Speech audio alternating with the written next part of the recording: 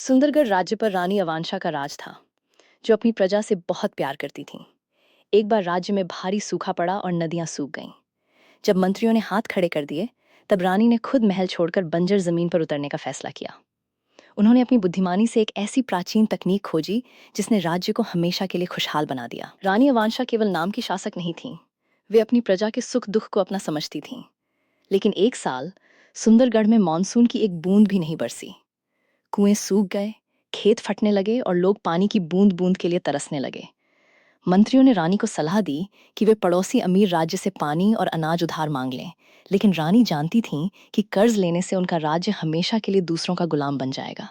एक रात रानी अवांशा ने महल के पुराने पुस्तकालय में एक प्राचीन नक्शा और किताब खोजी। उसमें लिखा था कि सुंदरगढ़ के नीचे एक विशाल गुप्त जलस्रोत अंडरग्राउंड रिवर बहता है, जिसे केवल नीली मिट्टी की पहचान करके ही खोजा जा सकता है।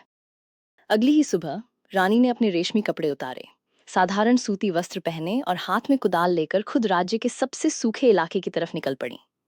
राजा महाराजाओं के इतिहास में ऐसा पहली बार हो रहा था जब कोई रानी खुद धूप में पसीना बहाने जा रही थी।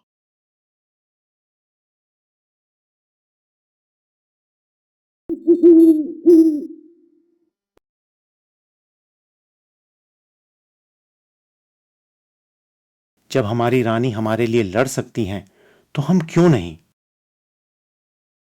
एक बूढ़े किसान ने कहा। देखते ही देखते हजारों पुरुष, महिलाएं और बच्चे रानी के साथ खुदाई में जुट गए। रानी अवांशा खुद धूप में खड़ी होकर सबको गाइड कर रही थीं और नक्शे के हिसाब से नीली मिट्टी की तलाश कर रही थीं।